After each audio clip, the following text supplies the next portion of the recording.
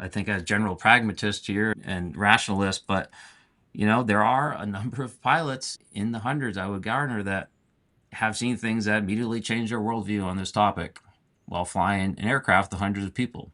Is that an environment that we want to continue, or is that something we want to mitigate the risk associated with, right? It's not an easy thing for someone just getting into this conversation to consider, because it sounds like baloney and fantasy, but that's the mental state that professional pilots sometimes find themselves in. Welcome to The Vertical Space, the podcast at the intersection of technology and flight, featuring deep dives with innovators, early adopters, and industry leaders. We are your hosts, Jim Barry from Celerity 05 and Peter Shannon and Luka Tomjanovic from Radius Capital. At Celerity 05, we believe that breakthrough air transportation capabilities come from leveraging current and emerging technologies, and that companies achieve profitability through relevant technologies, strong teams, and a deep understanding of the aviation market. Connect with global aviation experts at celerity05.com for feedback and recommendations to chart your path to success. At Radius Capital, we invest in early-stage deep tech that redefines what is possible in aerospace. We partner with founders building next-generation aerospace capabilities, from advanced design and development tools to the digital transformation of the flight environment, novel use cases and forms of flight, and the software and systems that make them possible. If this describes you, reach out. We're excited to connect. All right, let's dive in. Welcome back to The Vertical Space. Today's guest is Ryan Graves, a former U.S. Navy lieutenant and FA-18F Super Hornet pilot who deployed twice in support of Operation Enduring Freedom and Operation Inherent Resolve. Ryan was the first active-duty pilot to come forward publicly about regular sightings of UAP, Unidentified Anomalous Phenomena, and has been featured in 60 Minutes, The New York Times, and The Joe Rogan Experience. In 2023, Ryan testified before the House Oversight and Accountability Committee regarding UAP incursions on the East Coast and experiences of his colleagues in commercial aviation.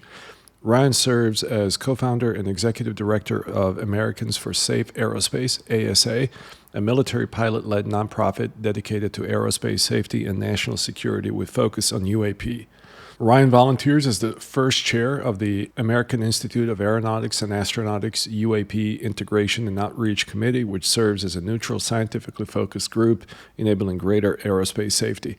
This conversation is not about sensational claims. Instead, we focus on what Ryan and others have seen and what these encounters reveal about gaps in our current sensing capabilities, airspace awareness, and the broader technological opportunity to make our skies safer and more transparent. Let's get into it. This episode of the Vertical Space podcast is brought to you by UAVionics. UAVionics is the leader in low size, weight, and power certified avionics for manned, unmanned, and advanced air mobility aircraft. Let UAVionics help you achieve your goals, whether that be type certification, airspace access, or beyond visual line of sight operations. UAVionics has certified and certifiable communications, navigation, and surveillance avionics for your aircraft. So head over to uavionics.com or Google it to see how you can start flying safer and move your platform forward into shared airspace.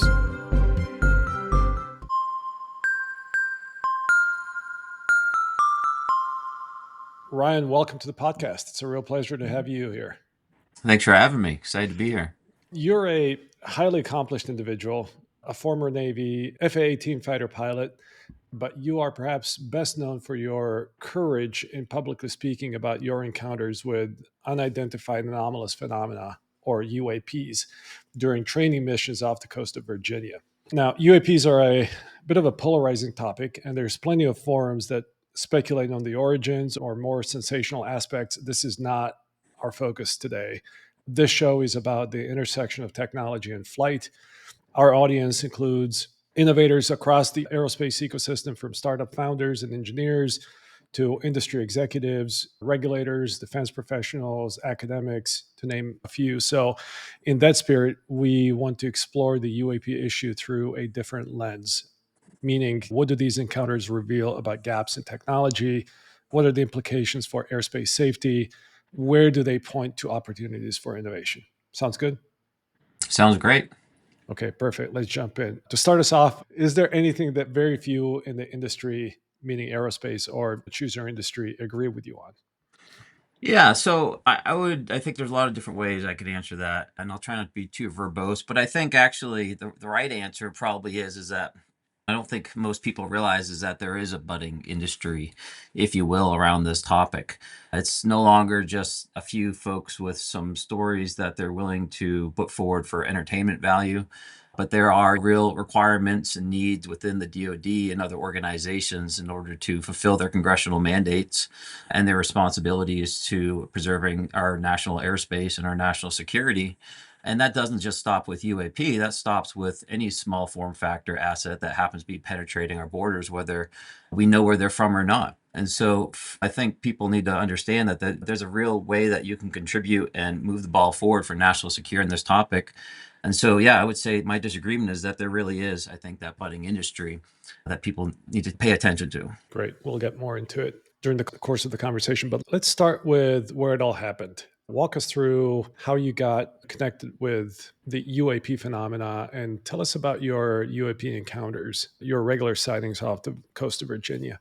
And first, walk us through your background. Yeah, certainly. Yeah, thank you. So, from a small town, Massachusetts, went to school at Worcester Polytechnical Institute in central Massachusetts, got a degree in mechanical and aerospace engineering, and then immediately joined the Navy with the hopes of flying fighters and was successful in doing so. My first fleet squadron was VFA 11 in Virginia Beach, where I was flying the F 18F Super Hornet. That's the newer two-seat variant. And we had just returned from my first deployment aboard the USS Enterprise. And this was in 2012. So I was a new fighter pilot, had the rare honor of conducting my first combat mission about 3 weeks after finishing the training program, and did that for about 4 or 5 months before we steamed home. And when we got home, we began to go through various system upgrades, including our radar system that we upgraded from the APG 73 to the APG 79. And I'm sure we'll get into it later, but it was a significant increase in capabilities. And as soon as that happened, it did take about 8 months for all of our jets to get upgraded. But as soon as we got the first radar online and we were flying with it, I flew with it, we were immediately seeing objects that were within our working areas off the coast of Virginia Beach that we hadn't seen with the previous radar, or even our wingman wasn't seeing with an older radar. And so I wouldn't say that was my first introduction to UAP. We didn't know what we were dealing with at that point. And in fact, the primary consensus was that we were most likely seeing some type of software error or radar error. Often radars can get a bounce back from certain weather formations or reflections from the ground. This new system wasn't supposed to have those deficiencies, but yet what was the better explanation? But it was not long at all until we started having correlation across multiple sensors on our aircraft, or across multiple aircraft as well. The electrical optical systems, the AIM-9X missile system, and other systems confirming that, yes, there was something here. This wasn't just a software glitch itself. And that was kind of our introduction at that point. We didn't get answers immediately, I'll say. Our next decision was to go try to see them with our eyeballs, right? So, got it. There's something there. What is it? Let's go try to find out. And so we'd do so. We'd slow down. We'd find one that was stationary. We'd step below it in order to look up against the sky. And we'll have all our radars or all our sensors on it, as I just discussed. And that data is getting pumped and fused into an augmented reality system in our helmet. So as we're looking out and approaching this merge, we know precisely where to be looking for this object. It should be very simple. And we often do this at 1,200 knots of closure against an enemy fighter. So 200 knots should be pretty easy. And yet, as we'd approach that merge and past it, we would not see anything with our eyes. We'd turn back around, we'd reacquire the object on our sensors, it would be displaced a bit, but unable to pick anything up with our eyes. That changed a couple weeks later, however, when two aircraft from VFA 11, the squadron I was in, were entering the area, standard location where they enter, standard altitude. And as soon as they crossed that threshold, one of these objects went between the two aircraft, which were about 150 feet apart at that time. It came within about 50 feet of the lead cockpit, and this is when they visually saw it for the first time. We visually saw it for the first time. Ryan, did they pick it up on radar before they visually saw it when it came between the aircraft? No, and that's a good question, because you would assume we knew they were real at this point, or at least something we had to respect. But he actually, as was somewhat common with the radar at this point, was executing a radar reset after takeoff, because it was an integrated mode. And so it takes, I won't say how long, but some time to reboot. And essentially, he got out there, had this incident, still didn't have rebooted, and that was a justification for canceling the flight at that point. Interesting. And have you ever experienced a situation where you had something that you could sense on radar or on infrared, and that when you closed with it were unable to see it visually? Is that something that is rare but that it happens, or is that something that had never happened before? I'll say the modern tactical environment in a fighter jet is full of electronic warfare and things of that nature. So false radar tracks or radar tracks that we can't trust is something we live with, but also we have a number of systems that help us mitigate that as well, right? And I'm purposely staying vague. So those are an example of a time we might have a radar contact that isn't really there, but they're also very fleeting, very what Mhm. we would call low quality. And what we're describing in these scenarios are just perfectly stable track files, high weapons quality track files that are being correlated by multiple sensors that are different spectrums as well, including Right. EOIR. So if I'm trying to think of the data quality question, maybe I can frame it in my mind this way. One dimension is the quality of the individual track, which you're describing as stable, a good quality track. Number two is, do you have multiple types of sensors on board the aircraft that are corroborating an object at the same location, perhaps moving in the same way? Number three would be multiple aircraft seeing the same object at the same location. And then the fourth layer of data quality might be other sensors in the area on ships or on the ground or on completely other types of aircraft that are also seeing that. Those are sort of like four layers of building up the quality of the information about this, Mhm. about this target that you're tracking, or this object that you're tracking. Is that a fair way to approach this question? It is. I'll just answer in that brief format to avoid going down too much data fusion type conversations. But generally speaking, that's an ideal framework with increasing accuracy and confidence as you go up that scale, one would assume. And even perhaps amount of increase in quality might be questionable to some degree, right? If you have two fighter jets with weapons quality track files utilizing a data link, fusing all their data together, yeah, if you get a ship's radar on there, that might be beneficial to their systems, but you already have the 99.9% solution for what the jet can provide. Now I'm saying for detecting UAP, now I'm not saying those systems are optimal, right? But for what you can gather from a jet and the modern battle space, like around a carrier, that's pretty good. Now, if you're talking about national assets in space or bringing in different assets with different modalities, that of course I think would be beneficial. But as far as what's in play on the average day, Ryan, in that situation, in that sighting, were there any other detection methods, radar, whatever they would be, that conflicted with what you saw or conflicted with the sensors on your aircraft? I received no data that what we were seeing was or was not being seen by other agencies. So out there, there's something called Giant Killer, and they provide basically the range control for that entire area. When we enter the area, we essentially check off with them and do our own thing, and they kind of monitor and look for traffic. On occasion, they would detect and vector us to one of these objects. But rarely did that happen in my experience. Even more so in the earlier days with older radars, I have a number of stories of pilots who were vectored onto objects, essentially had to zoom their radar in to put more energy there, finally broke out the target and were able to go intercept it before it would shoot away at very rapid speeds. So I think in the earlier stage, people were more likely to get vectored on, whereas with these more sophisticated systems we have now, we're just detecting more and integrating them into our management. Now, a missing data piece here is what Giant Killer has seen, right? There's always been a big question that myself and others like Chris Mellon have posed. What about these sophisticated systems that we have in Cape Cod and down the East Coast that are used for ICBM tracking, other things? They're some of the most sophisticated sensors on the planet. These should have been detecting these objects as well. Why can't we integrate that data into our understanding?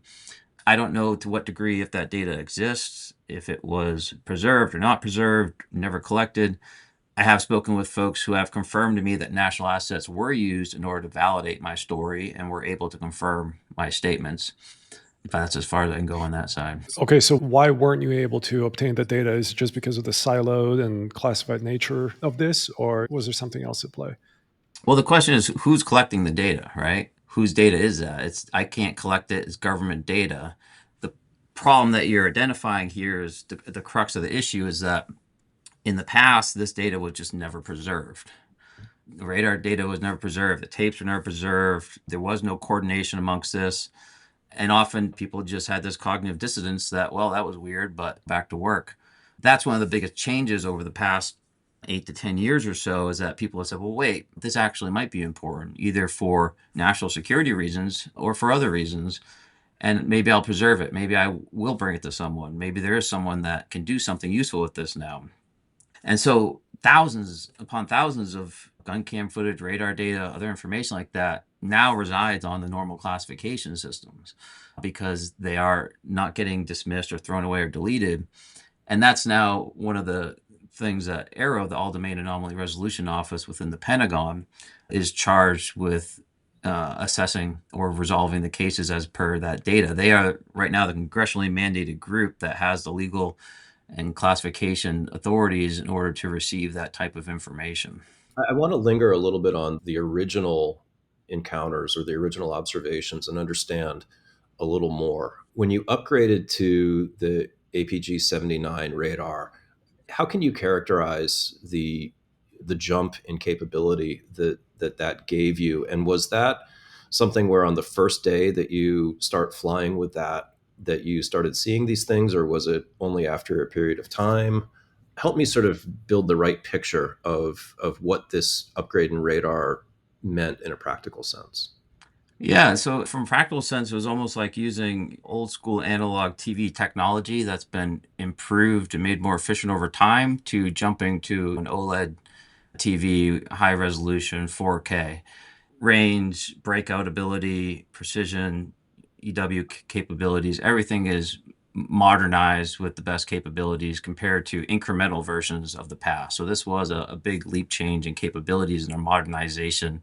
Now, I wouldn't call it modernization, but advancement of the state of the art in airborne radar capabilities. So it was quite significant, and the effect is that okay, we can just see.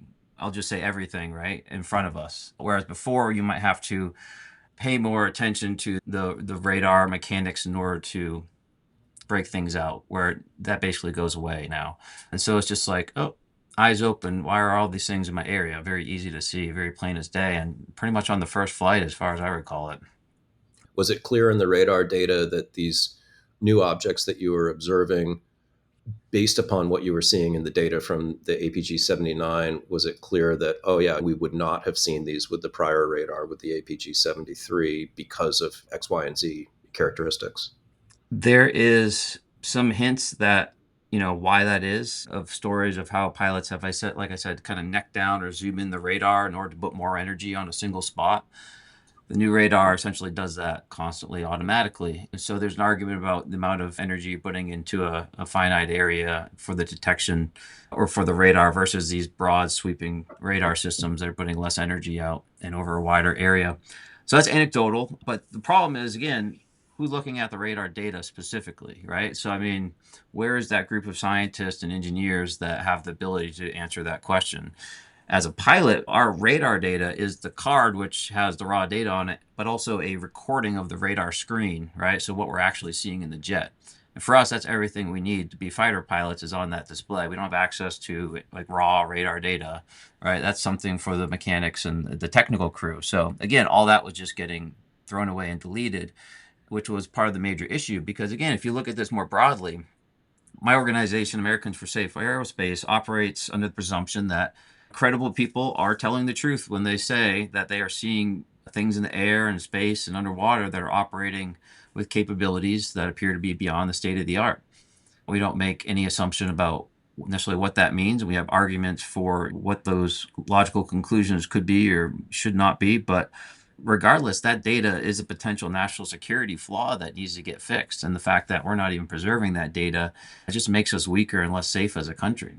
Ryan, quick follow-up. Have there been other Super Hornet squadrons that upgraded to the ANA PG-79 prior to you that were flying in that same area that saw something? Or were there any other participants that were in this shared airspace or this training area that saw the same thing? Any other platforms, airborne or ground-based or naval-based, that either at that time or since then you were able to corroborate? So there's our sister squadron, if you will, VFA 211, was in our air wing, and there's a couple air wings at NAS Oceana, and I honestly don't know the radar status of all the different radars on those air wings, but in our air wing, 211 got upgraded at the same time as us, and we weren't really communicating about this as one might expect, but eventually it did come up, and we were learning they were having the same issues with the ASA jets as well. Some of which I've had introduced to the Senate Armed Services Committee, New York Times, and others to help validate my story. And it's more than just a few people. I mean, it was basically everyone in our squadron, anyone in any other squadron that had significantly powerful enough radar.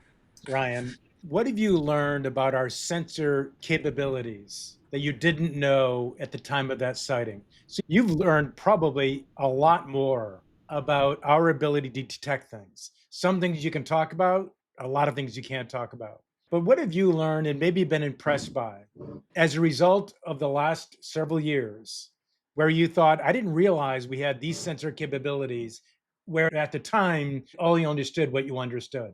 What have you learned? Mm-hmm. So I will say this, that the United States missile defense capabilities are a well-kept secret. Even as a fighter pilot, I was not read into any of our capabilities.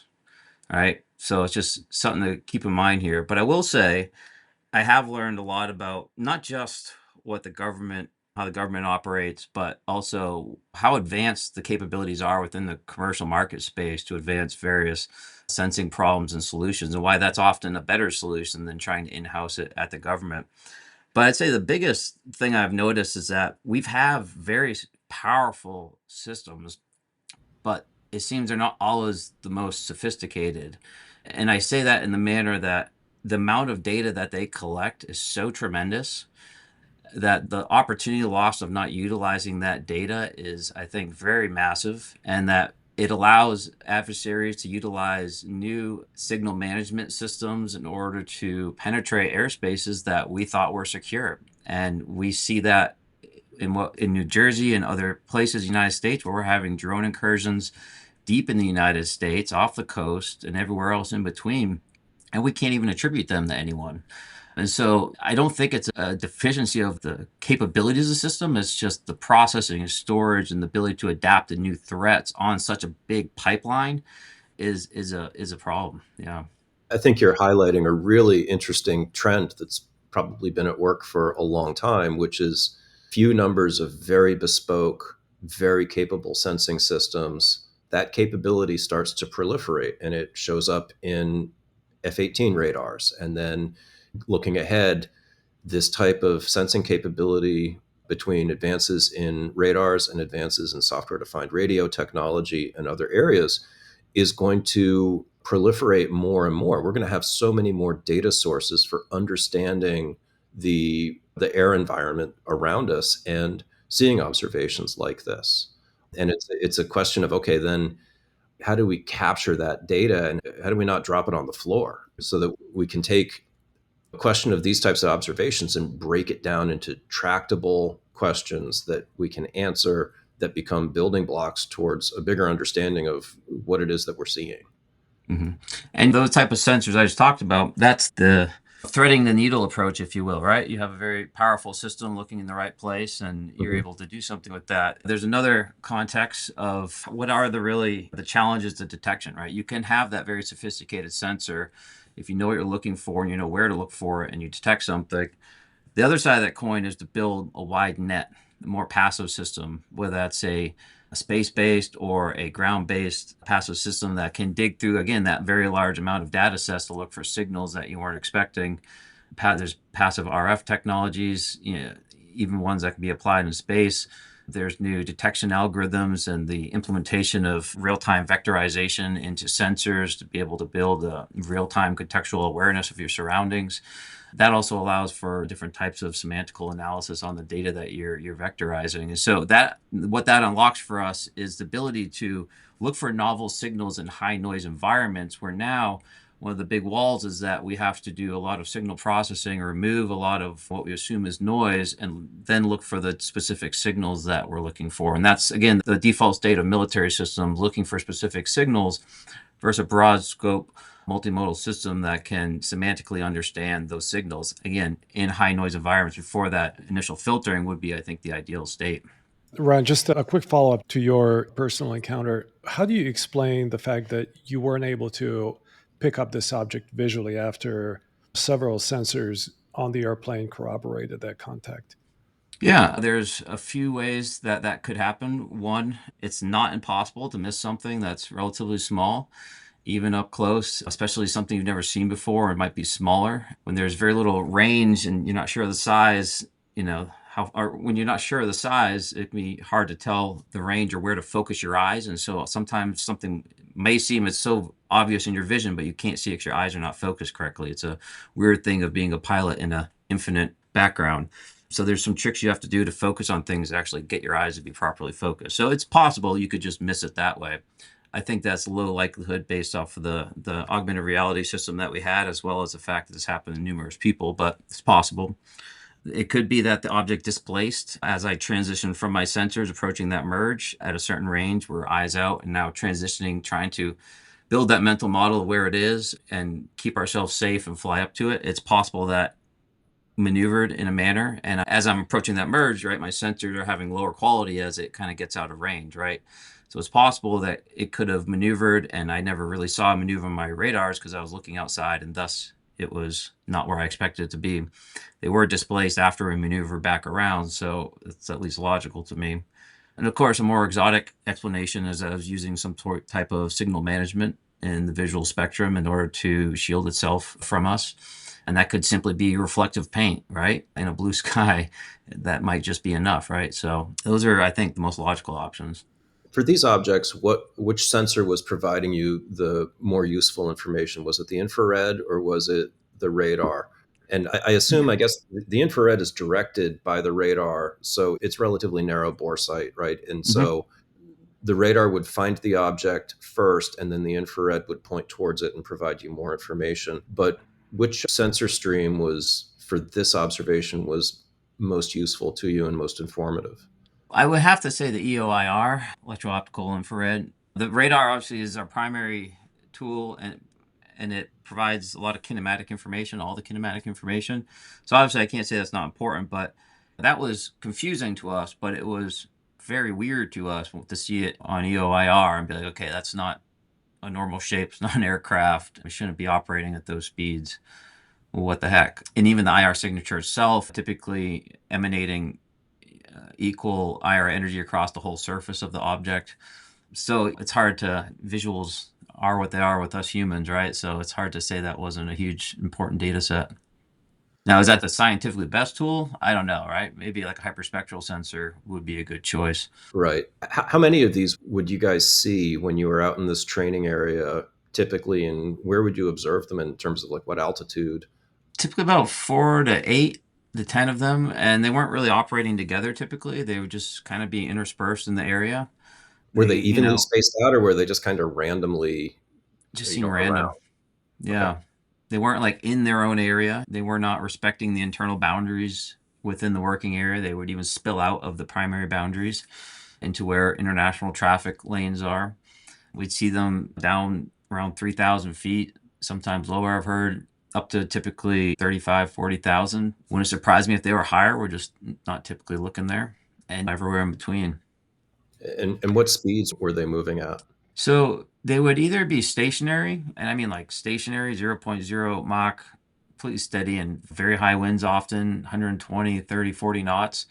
And F-18 going to investigate it, struggling to even stay in the area because of the winds, and yet this thing's perfectly stationary and seen visually, right? So not just the weird radar issue. And these are some cases that are out in the public sphere, which is why I talk about them like they're obvious, but it's just they are out there. You can find these. These were FOIA as some of the safety reports from my squadron during this time period. We'd see them when they were trucking along. They typically be somewhere around like 0.6 or 0.8 Mach, about 240, 350 knots or so. So kind of general operating speeds that we operate out there when we're not hustling. Would you see these really explosive accelerations or abrupt changes in direction, or what was I that never like? saw that specific. I mean, there were certainly abrupt changes in direction, but I never saw it like go from stationary and accelerate to crazy speeds. I did see a few that were 1.1, 1.2 Mach, always heading east, but I didn't see them accelerate. I just saw them when they were already out there. In retrospect, what data do you wish that your sensors had captured that would have made the biggest difference in understanding what you were seeing? I think I get where you're going with this, but I honestly I think if we just had the data that was available in the jet, it would give us so much information, right? I mean, the kinematics signals that we can use for future detection capabilities. So I don't think the path is to upgrade the jet per se, but I think it's to identify various systems that can be used on the ground or in space, preferably both, right? And be able to track a target crossing domains there would be pretty ideal. But there's no secret sauce when it comes to the sensors, right? I think you want to like approach this topic in some sense if you're coming at it cold from taking the perspective of proving what it's not, right? And building a sensor suite around what you can prove it's not, right? So it's not a satellite, it's not solar flare or something else, it's not meteorite, it's not air traffic, it's not skydivers, it's not flares off a helicopter. You can eliminate all these somewhat automatically through various publicly available data sets. And then what you're left with is the signals that you want to better work on. And typically long range IR. IR is a key sensor for detecting these. Often people have luck in various areas in a repeated fashion, even just with night vision goggles going out. But specifically IR sensors are good. Hyperspectral obviously is going to be able to provide you a lot of information about the makeup of the object or the environment close around it, right? Which might tell you information about propulsion systems or mechanisms, material structures. Of course, there's some exotic sensors out there. One might look to gravimetric sensors, right? If you have a potential theory about how these are being propulsed, you might expect not large, but high frequency gravity wave generation from certain type of propulsion systems, which could be detected through a number of systems. And these sound kind of like speculation, but these are things that people have looked at in this domain in order to rule out or to validate some assumptions. So, Ryan, you have these encounters, you land, you go to debrief. What was it like in that debrief? Well, there was just no culture around it. We wouldn't even debrief about it, which was like the most disturbing part to me as a pilot. It's like, hey, we just had these incidences. We debrief everything else. Why are we not debriefing this? And then we walk into the ready room, and then we're like, oh, what the heck was that thing, right? It's the first thing we want to talk about once we're done the formal debrief, right? Because there was just this culture of ignoring it and pretending it didn't exist in a lot of ways. So sadly, that was the experience in the debrief. That has shifted, I've learned over the years, and at least since I've been out. And squadrons are briefing to this. There have been, especially when there's an uptick or a recent incident, I will get briefed in the ready room. I was at Tailhook and Naval Aviation Conference last year. Guys were coming up to me telling me how they were briefing it and the sightings they've had. So one, it's still continuing out in the areas, it seems. And two, there's a general awareness, it seems, in the community that hey, this is kind of like a cool thing that they can be part of to try to better understand versus this toxic topic that it used to be. Have these observations gone on since 2013, since the first radar upgrade? Because the radar in that aircraft has gone through some smaller upgrades over the years. But have the observations continued? Has this become a matter of course? And is the data being captured in a more thorough way now versus 2013? It is still occurring. It is a more accepted topic, and more data capture is occurring, but it's still widely underreported and under collected on. And that just goes to a lack of education on this topic. There has been official guidance and instruction that informs service members on where and how to report. But of course, sending a message to 500,000 people doesn't mean it's going to be enacted on a daily basis, right? So they really haven't done the investment to educate pilots on this, why it's important. They haven't provided any feedback to the people submitting, right? So If you're just sending reports into a black box every day, you have other priorities as a fighter pilot out there. So eventually you're going to wane off. And so it's still happening. There is more data available, but I sense that a lot more could be done when it comes to Aero's approach to engaging service members to make them aware and what to preserve. Now, I have heard isolated cases where there has been incidences. In 2023, there was an incident in the Gulf Coast with a couple F-18s and a Sphere. Aero, I think after they reported that, ended up coming down and giving the squadron a brief on the topic. So there has been progress to some degree, but I think it's been sporadic. Ryan, forgive me if this may not be a point you were trying to make earlier, which I was intrigued with, and I've listened to you a lot and I've read about you a lot. So is one of the areas you're advocating for beta data aggregation to allow for better analysis? Absolutely. Okay. And what's interesting about that is, I mean, even when you consider, I'm sure we're going to talk about the sightings around New Jersey, but a lot of our guests listening right now will say it would be awfully good if we had some kind of a, whether it be commercial or military government data aggregation so that we can disprove things that our industry, the drone folks and all, are concerned that if we don't get some clarity around what's really happening, we're going to get blamed. It would be good to have data aggregation, better data analysis. Then it leads me to the government's been doing this for a long time with radar data. And what is it that I should be holding on to? What is it that I should be sharing? And over the last 10 years or so, they've been very open in sharing radar data with responsible parties because it's been valuable. So talk a little bit more about the value of data aggregation and also, Ryan, who should do it? Yeah. So it's all great questions. And there's different cohorts that I think have access to different data. And there's really two types of data set, I think, that are generally out in this conversation. There's this whole disclosure conversation that occurs about what the government may know or may have collected. And there's potentially data sets that the government has had. That's not our area of expertise. I was never involved in any programs like that. I've never been made aware of them. Our focus is on discovery and what can be done in the public sector.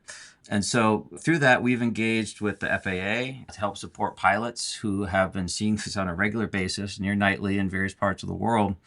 And we've been advising Congress as well on the creation of the Safe Aerospace for Americans Act. And this legislation would require the FAA to modify the aviation safety reporting system that's managed by NASA. And this system, if you're not familiar, is an area where pilots can go to report various safety incidents or self-inflicted aviation errors in order to preserve the safety of the skies. And it's a very well-respected and trusted resource with publicly available data sets for study. And so in this legislation, we've advised that that system be modified in order to support UAP-related incident reporting and make it available both for those studying it at the Ultimate Anomaly Resolution Office as well as for the general public who can access those reports. Now, that's just one cohort, aviation professionals, and that legislation has not been voted on yet, although we're optimistic we're going to be able to get it attached to a piece of legislation in the near future. And very quickly, that legislation would also protect pilots on their existing whistleblower laws for reporting safety incidences in the workplace as well. Many pilots fear coming out on this topic. If I had a penny every time I heard it, but they're like, I got 5 years left to go. I'm not saying anything until I'm out, but I'd be happy to talk about it then. It's just all risk and no reward for them right now. So at least they would have that protection. So that's aviation safety data. What about the general public, right? And there's you might need more from the general public to build an understanding of the data that has value versus from a small professional cohort of trained observers. And that's fine. My understanding is that, again, AARO, the Ultimate Anomaly Resolution Office, is preparing a national reporting system that would be available to anyone to utilize that system. The problem with that is that, as I would understand how that would be operated, is that that data would essentially be sent to a black hole, where it would enter their repositories for their own internal purposes with similar levels of public engagement as they've demonstrated in the past. So while that might be effective, I don't think that's necessarily the best option to move the conversation forward. And that's one of the reasons my organization has stepped in and started to accept these reports. One, because the legislation has not forced ASRS to conform to what's needed in the UAP realm.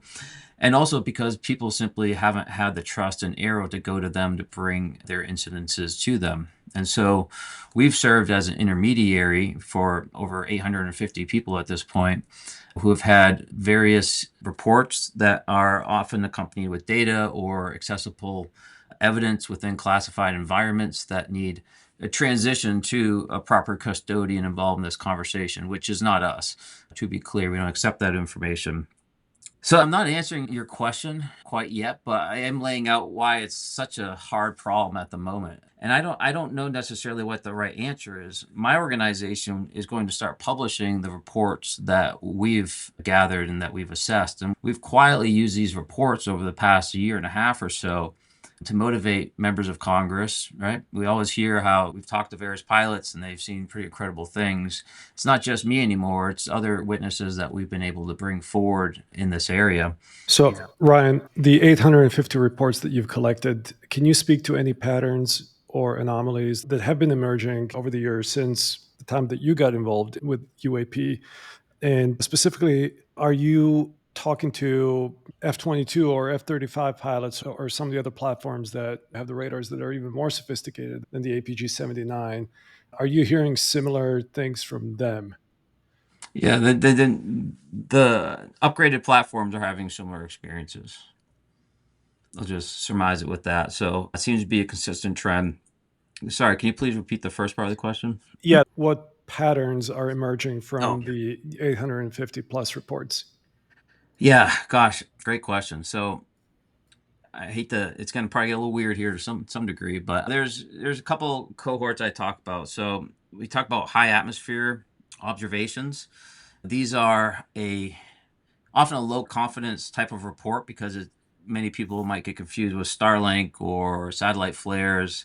But there's often a core of reports from aviation professionals who have been watching Starlink since their first launch and been seeing satellite flares since the 80s, are seeing just brand new behavior in ways that are very hard to explain. And not in the windows one would expect LEO satellites to be flaring.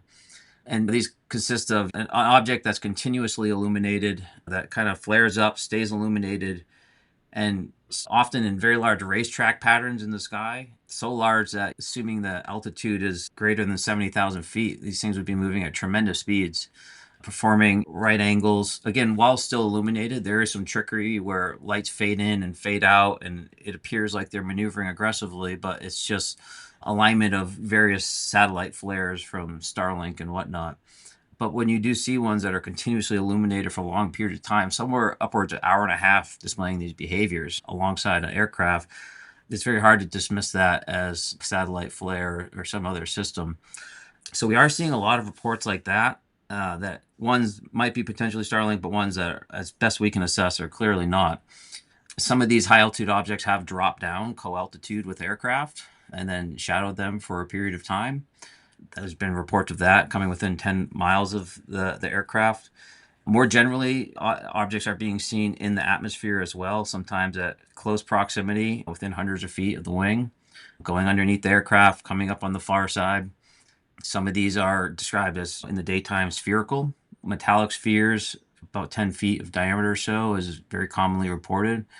One might imagine that's what the colored spheres are at night that are observed, right? It's not just point lights, but seem to have a center mass: amber, red, white, blue. These are all various colors. Sometimes they'll be seen operating as a group next to an aircraft in a playful manner, it seems, just kind of zipping around each other off the wing and then shifting sides, going in front of the aircraft on occasion. There's this kind of sphere and daytime sphere, nighttime sphere. Is it a high altitude sphere? All kind of cohort. We don't really know what to make of it at that point. Another trend is black triangles, all almost exactly described the same as far as three lights on the bottom at the apex, slightly non-equilateral triangle with the two sides being longer than one, I guess, obviously, but I guess kind of do with my hands. But so that's a very consistent description. These have been seen for South America, military bases in the United States, over the Pacific Northwest, near Australia, Europe. All very consistent reports. One coming within 500 feet of a commercial airliner, fully loaded 737. How many of these reports would you say are the level of quality that your story is, or Commander Fravor's story is, where you have multiple eyewitnesses, visual identification, sensor data, corroborating sensor data across sensors, across aircraft, ships, etc. While we don't always have access to the corroborating data, we may know where it is and can inform, again, the proper agencies on how to collect it. I'd say within our holdings, we probably have about 40 cases or so that what I would consider similar to David Fravor's, where again, you have highly respected air crew or professional, a trained observer seeing something spectacular in broad daylight with corroboration from multiple people as well as sensors. Now, David's case, the radar data wasn't retained, right? We don't know that's the case for all these. Some of these are modern cases to a point where people were interested in preserving this data and it does exist. Others, there's a high likelihood that data still exists if, the proper person with the right clearance can go and dig. But 100% of them are incredibly fascinating and a bit stirring, frankly, when you hear the level of professionalism from these people. And they're often very reluctant to have this conversation. This is often something they tell me that they had this experience 8 months ago and haven't been able to stop thinking about it. Only shared it with their wife, and now they're telling me, or something that experienced in the 80s in the Navy that again they never shared. It's just incredible how these people have been holding on to what are such incredible life experiences with no one to share it with and nothing to be done about it. It's interesting that there's been a diversity of observations of different types of objects and behavior, but clear clustering in that data, even across time and across geography, is Mm-hmm. what it sounds like. Yeah, across time is key too. I mean, the Black Triangle reports go back to the 60s, it seems, and yet they're also having near mid-airs with commercial airliners in the early 2020s.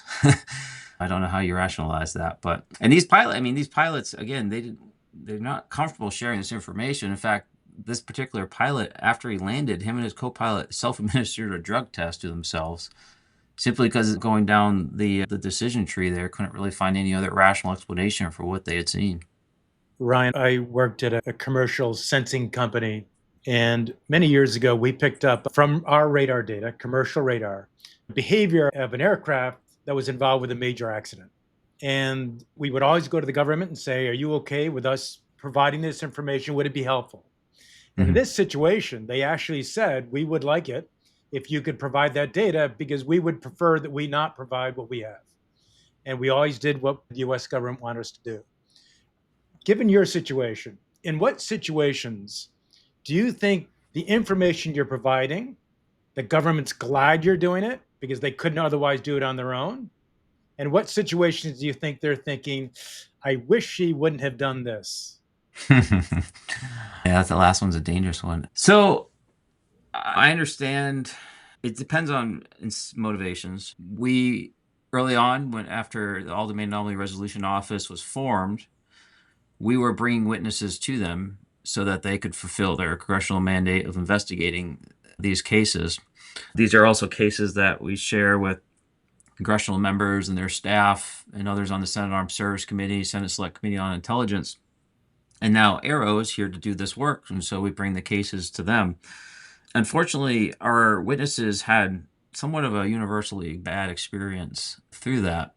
Off, pretty much every time it was reported, the interviewers were not taking notes, kind of just listening and then trying to dismiss at the end of the conversation. There was no follow up. There was no rundown of the information that was provided, emails going unanswered. So it didn't seem like it was a very earnest effort to investigate this on the human intelligence side, if you will.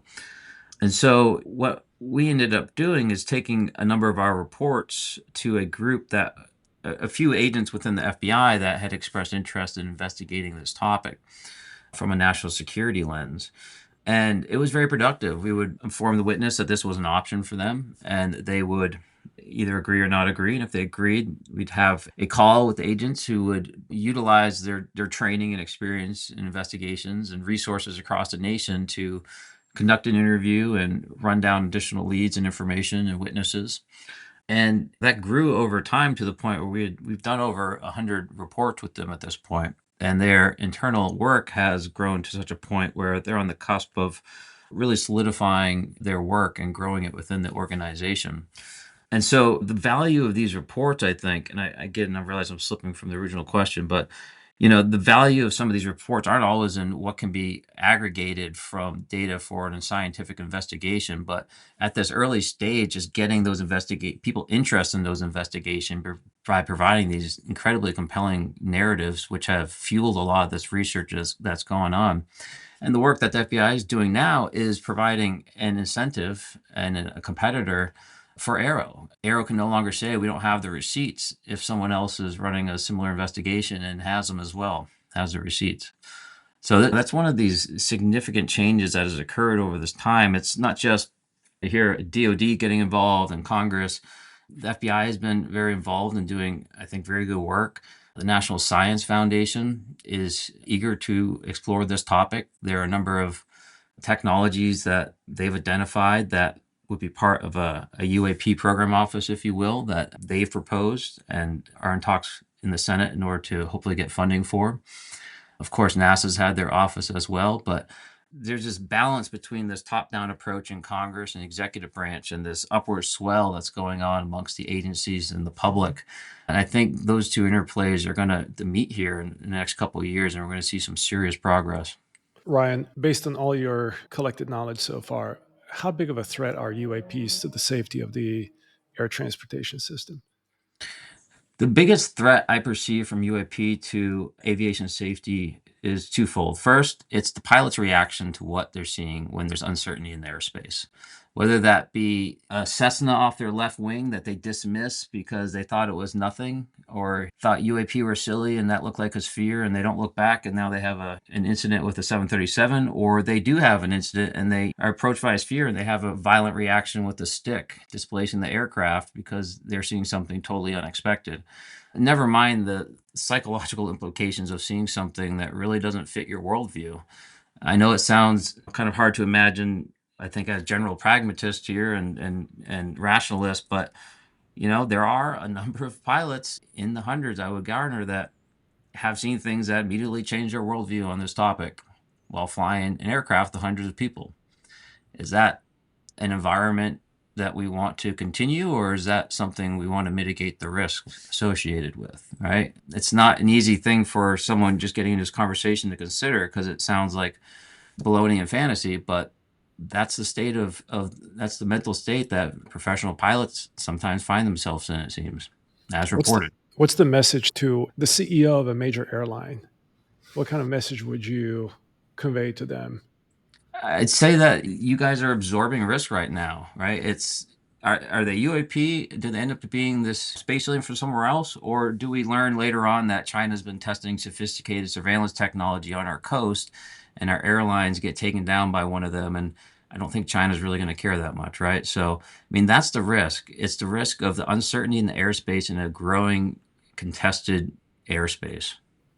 There came a point in 2013 with your squadron that you began to treat UAP as a safety issue, right? And so when that happened, what was the change in the way that you guys flew in that area? And have those lessons learned or those policies been implemented any more broadly in the years since across the Navy? Is this part of policy or of training at this point, or is it still on a case-by-case basis? It's on a case-by-case basis. There's been no formalized training that the Navy has put forward, as that I'm aware, on this topic.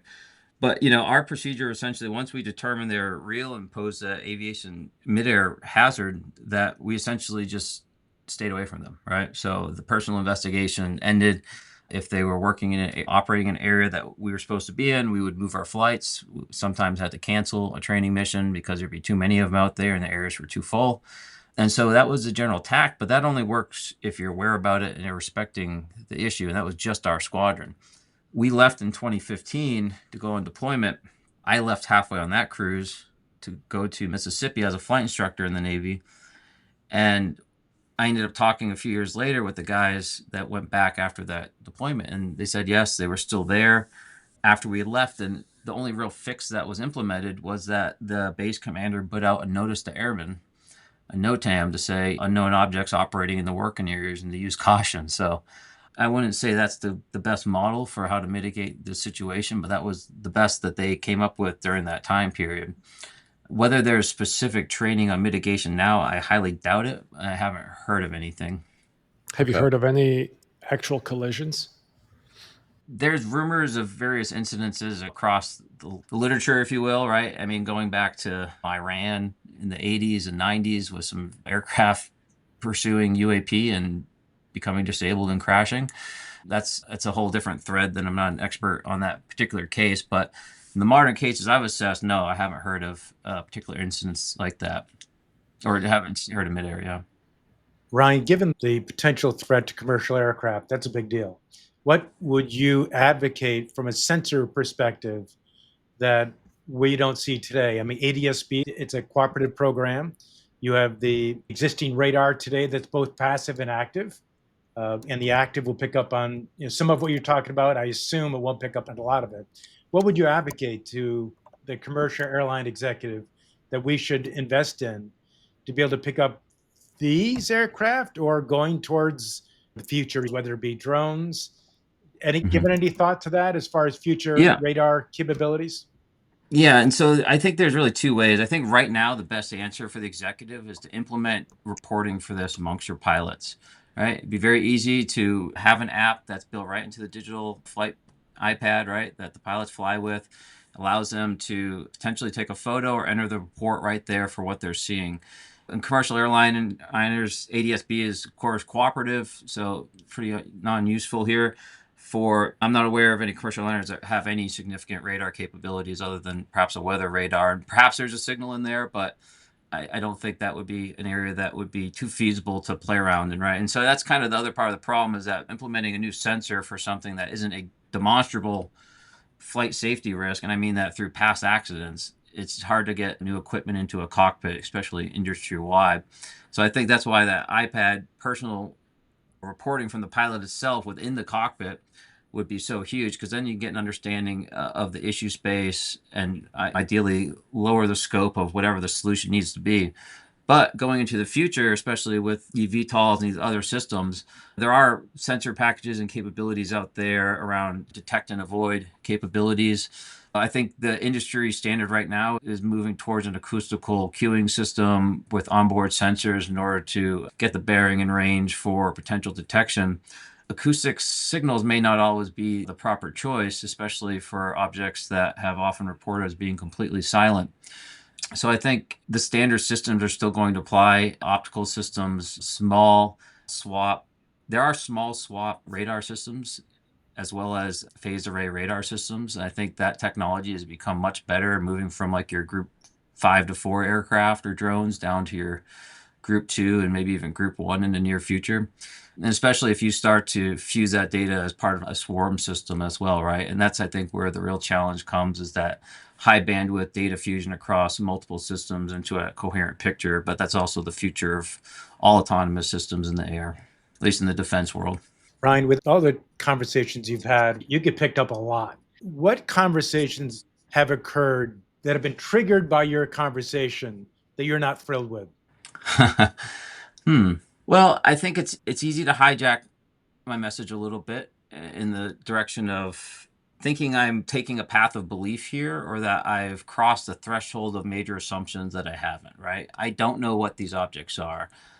There's some very interesting data, and if you trust the people that are telling you that stuff, it does kind of narrow your options, credible options of what this could be. But I don't judge information the moment I receive it. I take it in, I tack it on the wall, and I use that to integrate it into my understanding of the world. But I'm not there to say that's good or bad information, that's you're trustworthy, you're not trustworthy. It's all data that is kind of getting dumped in the database to update my model slowly over time, which I think is the most effective way to engage this conversation. And sure, some junk might slip in, but the trends are the trends once you hear enough data, and it's easy to focus on. It's obvious to see that there are signals rising up in that database of strange where anyone could almost be dismissed individually. When you heard of the air vehicle sightings in New Jersey, where did your gut go? What was your initial feeling about what was going on? We've asked that Well, of quite a few guests, but what was your first response? here we go again. This happened These events has happened every year since I think 2021 within the same 5 to 8 week period of the year.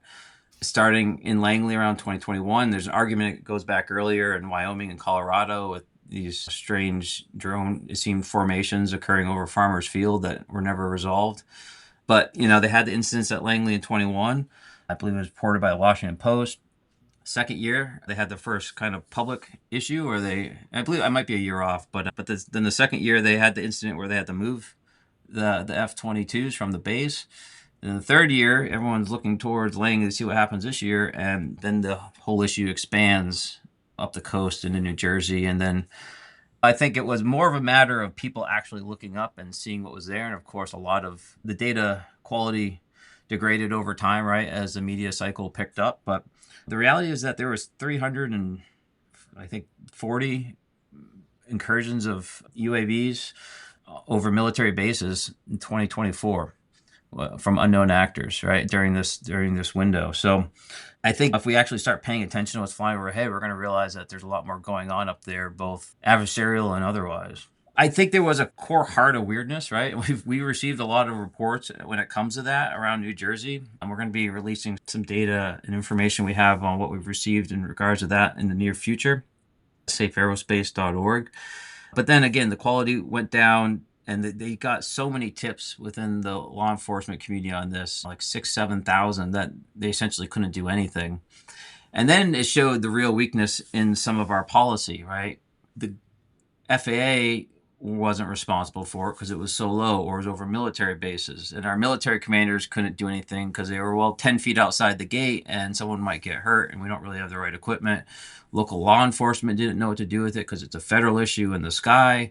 It was a mess, and no one really knew how to respond to this. And it was, I think, a very useful forcing mechanism for policymakers to say, okay, we clearly don't have the proper way to mitigate these large form factor swarm issues that we're building on so we can use in other countries. And so that's been helpful. And I hear there is continuing legislation on that front. And I'm expecting the marketplace for drone detection to open up significantly in the United States based off some of this legislation. Yeah, I feel like I didn't really pay enough attention during November and December of last year when that was happening, because I saw it just kind of go by in the media cycle and looking on social media, seeing more and more people posting pictures of the nighttime sky. And Or for the me, it moon, yeah. was, I mean, it was so hard to separate signal from noise. The way that we've been having this discussion around the observations from training flights that your squadron had, compared to what I was seeing in that cycle, people would be posting pictures of what looked like general aviation aircraft, or aircraft with position lights, green light, red light, flashing white light, stuff that we're all super familiar with that you would see on an airplane or on a drone. And so I just became, I didn't pay enough attention to it. Like I said, I became kind of confused about, okay, well, are we talking about a drone issue, or are we talking about something else? And how do you separate all of the information coming through from those weeks during that time over New Jersey? And is it really the same thing as what we've been discussing here? Yeah, it's hard to say, and I don't think it's been very helpful. The commentary we've gotten from both the last administration as well as this administration, basically, it's been the same story, that it's the FAA, even though the FAA has testified that they don't know what they are and Yeah. have publicly reiterated that. So we're kind of at this information stalemate. But the good news is that perhaps we can just look forward to this next fall and see if we can make it 4 or 5 years in a row. And as a quick reminder, this area, Langley, and up that coast, that the southernmost area at Langley there, that's the adjacent area to where we were working in Virginia Beach. That's just 80 miles north. That's essentially right next door. And in between there is Norfolk, a naval station where various aircraft fly out of, not fighters, but the big wings. And I've had a number of them report to me that they've seen out in that area, like in between over the bay, spheres day and night, often with metallic apparatus hanging from the bottom of them, perhaps with some sensor, but unknown. So this whole area is very congested. It seems to be a very interesting area for whatever these are. What are the things that you pull out of those observations? Because you've been collecting a lot of this data. What are the things that you pull out that you can kind of separate and say, okay, well, these are the interesting behaviors or observations to focus on. For instance, aircraft coming in from the ocean and then heading back out over the ocean during the course of their flight, or aircraft that are taking unusually long flight paths that would challenge what we would think of as battery capacity in a drone, or other aspects. Where are the things, when you look across that data, that stand out, that you can grab onto and say, okay, well, this is our starting point? Yeah, that's exactly right. So there's a good way of thinking of it. So one, just like you said, origin and destination areas combined with a very long loiter time are a bit challenging, right? Because these things are coming from, I don't want to say over the horizon, but a decent way out. They're popping up. They're flying over Coast Guard ships, apparently, continuing inland, and then operating at very low altitudes for an hour and a half, 2 hours, and then flying back out doesn't jive with most systems. But I will say, obviously, there are some more exquisite systems, or you could imagine a design that would enable that, especially considering the relatively large size that these objects are being reported as well. So that's one data, or one interesting point. Another is signal management capabilities. So a lot of reports of these not transmitting any RF, right? So unable to really track via RF or anything there, both from commercial folks as well as law enforcement officials I've heard that from. Of course, one solution is that this thing is self-contained, autonomously driven, visual navigation perhaps, passive sensors. So that is conceivable that an adversary could be utilizing some type of tech like that in order to mitigate tracking.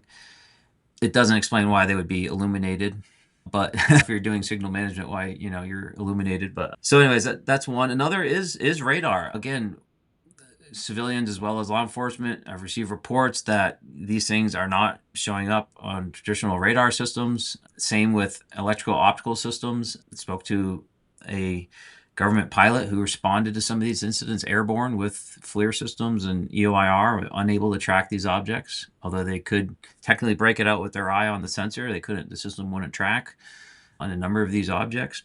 Okay, so they could see it in the raw feed from the sensor, but they couldn't get Yeah. a track on it. Yeah. Okay. And when the FAA was saying, we don't really know what this is, do you know what kind of data they had at their disposal? I don't know how much research into their data they did. When I say data, I mean like radar data, or if they talked to people or what. My guessing that the majority of their data was going through to make sure there weren't registered tests or flights in that area, right? So log data, stuff like that, versus like technical data. Mm. That's an assumption. Despite the geographic proximity, it sounds like those are different examples of what you were observing in your training area versus what you're talking about here in the New Jersey area. Is that correct? It's potentially, I'm not super educated on the exact systems that this pilot I referred to was using.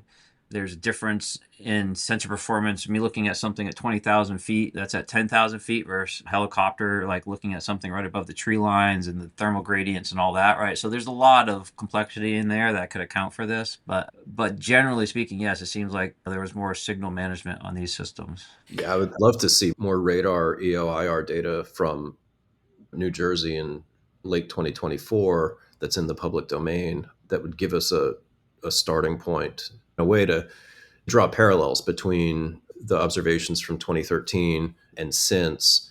And then also, we haven't talked about the workup that you did with the Roosevelt in 2015, but what did you see there, and how does that contribute to the picture of the data that we're gathering?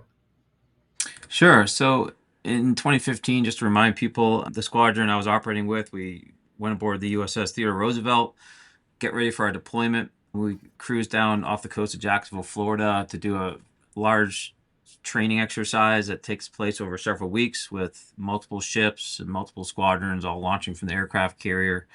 It's a big training evolution, and one of which that qualifies us to actually go out on a combat deployment, right? So we don't complete this training, it's a pretty big international hiccup potentially. So anyways, we get out there, and this is maybe, I don't know, 600-700 miles south of where we're operating off the coast of Virginia. Now we're off the coast of Florida, and we get down there, the objects are there. They either followed us or they're already down there. There was one particular night where we were doing a large air-to-air mission, basically going to fight against each other and come back and land the boat.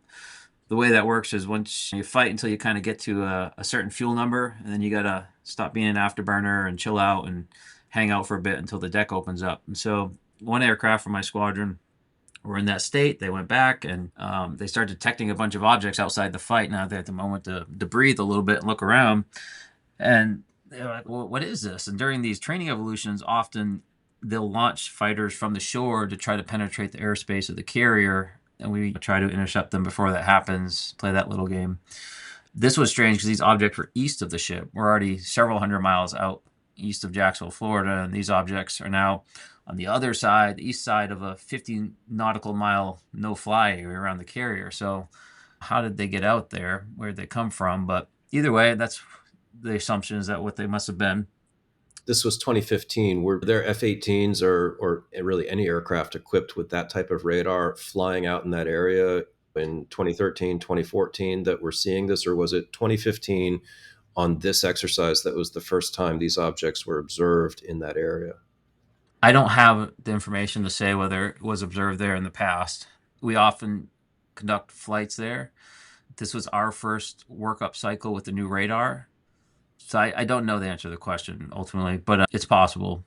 And of course, there's all sorts of radar systems over there that if we had data, the radar data too, we'd be able to tell that in short order, presumably.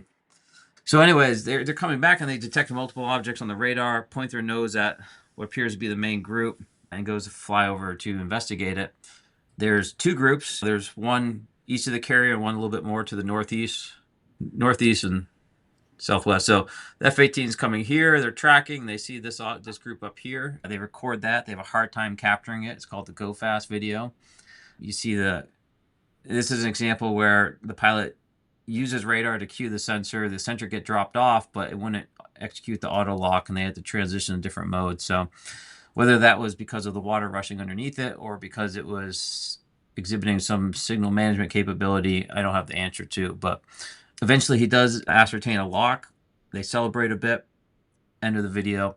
What you don't see is that there's three other objects flying parallel to that one object, essentially in a wall formation, about a mile apart, that are essentially proceeding in that singular direction. What altitude was the aircraft and what altitude were the objects, rough? If memory serves, I think the aircraft was about 20,000. The objects, it's not displayed because they, I don't want to get it a little technical, but I believe the radar lock dropped on that once they went into that new acquisition mode, and then it estimated the range based off of the pod's internal INS essentially, right, to provide a range, which is not something we use in combat or really take a lot of credence to. It's not very accurate. So there is a range on there of like 3.5, 4 miles, which would put it around 15,000 feet, I think, or so, but slant range. But I don't know how accurate that is. Yeah. I remember watching the video. So they were below the aircraft. The aircraft's at 20,000 feet. We don't know exactly what the range is, but it's in that sort of rough 3-4 mile range. And are they super close to the water, or are they? No, they're about 15,000 feet altitude. Okay. Yeah. Okay. Yeah, it's just a perception. We see that all the time. Over the water, it's so hard because the fractal pattern of the waves, you know. So they continue on to the other group. There's one main object, and then there's a formation of 4 to 6 objects behind it, essentially in a V formation. They capture the gimbal object on the FLIR, referred to as, the video is called the gimbal video. You see the object rotate in there. The crew mention it.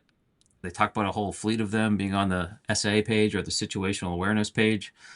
And then essentially the video cuts out. So we're talking about two formations of objects, 4 that were lower, that were first observed in Go Fast, and then another group of objects that were at roughly the same altitude, but were right nearby. And that is the video referred to as the gimbal video. Is that right? Yes. Yep. Okay. And so I'm reciting all this because they were recording their situational awareness page, which is a God's eye view with the aircraft in the middle of all this data I'm telling you about, right? So I can see that formation. And what that formation did behind the gimbal object is that they're essentially in a wedge. They flew straight, and then they turned 180 degrees to fly in the opposite direction. But their turn wasn't like a standard aviation formation turn. They basically just scattered, and it was like chaos, and then just kind of like rolled out in the same position. almost like a animation of a swarm, but not like practical swarm mechanics. And once they've reformed into the opposite direction, that's when the gimbal object, from my memory, essentially it was going across from that God's eye view, stopped, and bounced and followed in the other direction, essentially. So an instantaneous direction change.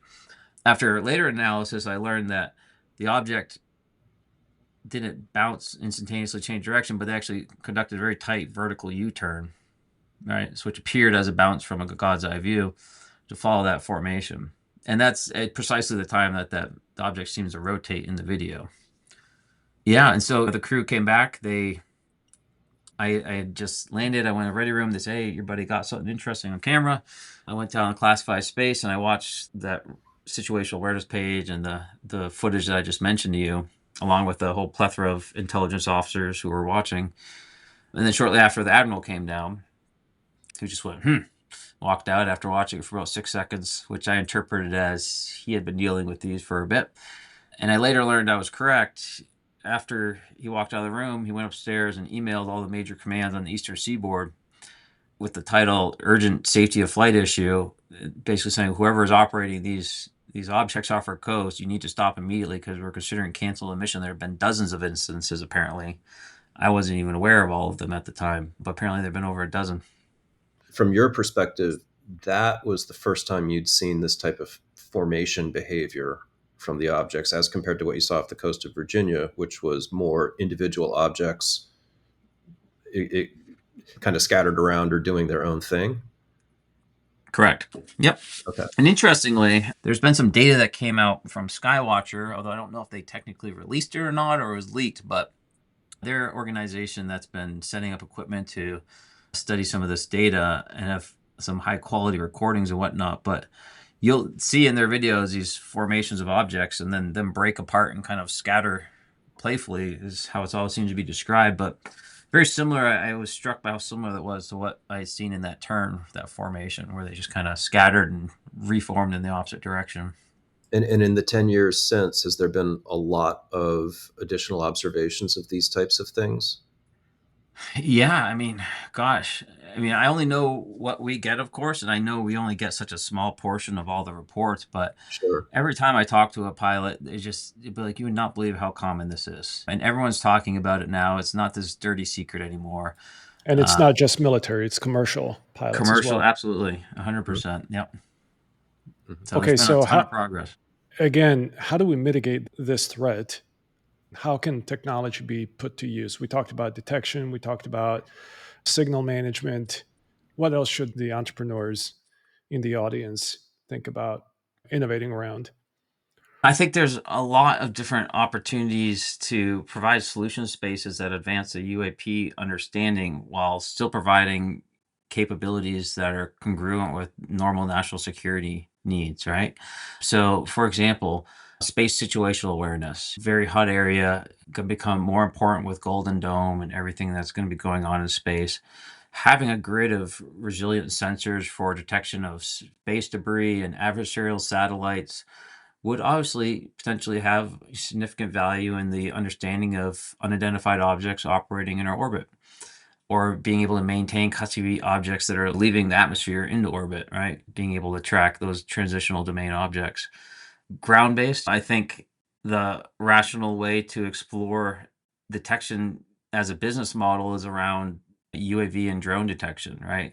There's not many government contracts I've seen out there for UAP systems, although I would encourage people that want to engage on this topic to try to engage to provide their capabilities to Aero because they are actively looking to solicit solutions in this space. But there's obviously a lot more resources around drone detection than there is for UAP detection, right? But they can both solve the same problem, right? So I think that's going to be a massive, massive market in the coming years. It's going to be, I think, a commercial market as well, not just a military and law enforcement one for private security and venue protection and things of that nature. And all that can serve as a backbone for better understanding the anomalous objects as well. And then, of course, and then there's the whole argument of bringing various sensors together, better data fusion, faster fusion across multimodal sensors, the integration of advanced machine learning techniques into data for unique on-demand signal processing that we don't necessarily do now, right? So having that cognitive understanding, that we call it cognitive RF and whatnot, where you're able to adapt with software you can adapt with software some of the detection and transmission modalities of some of these sensors to respond in real time in the environment. So I mean, honestly, I think this is like a super exciting time for sensors, right? With all the advancement of AI and data management and vectorization, that it's in my eyes, it's just like an open wide market for providing these massive advancements in sensing capabilities using standard systems now, right? We don't need to reinvent new sensors. We just need to better utilize the data that they're generating. Essentially, we have radically reducing cost in EOIR sensors that are becoming commercially available. And we have advances in RF sensing on the back of maturation and software defined radios. And so we can collect a lot more data, and we can also do it in the commercial sphere because the capability is getting so much better and so much less expensive.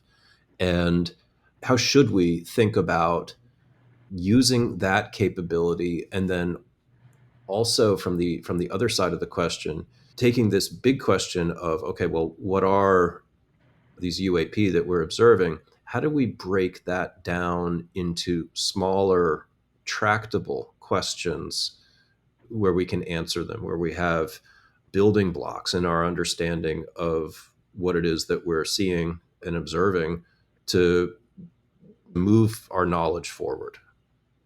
I think those trends that you highlighted are really key to progress on this, right? So we talked about before, do we concentrate exquisite sensors into one area because we have certainty they'll be there? Or can we have a low cost distributed system that is providing enough or sufficient or the right type of data in order to answer those questions that you just talked about?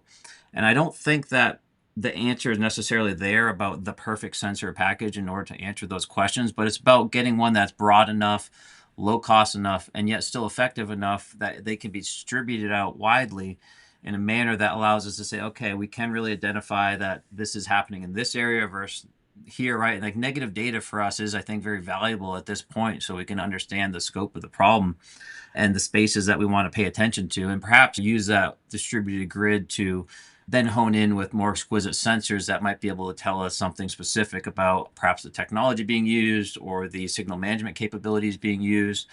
We can for fun here in some sense, we can make the assumption that some of these must be utilizing some type of advanced or non-public propulsion capability.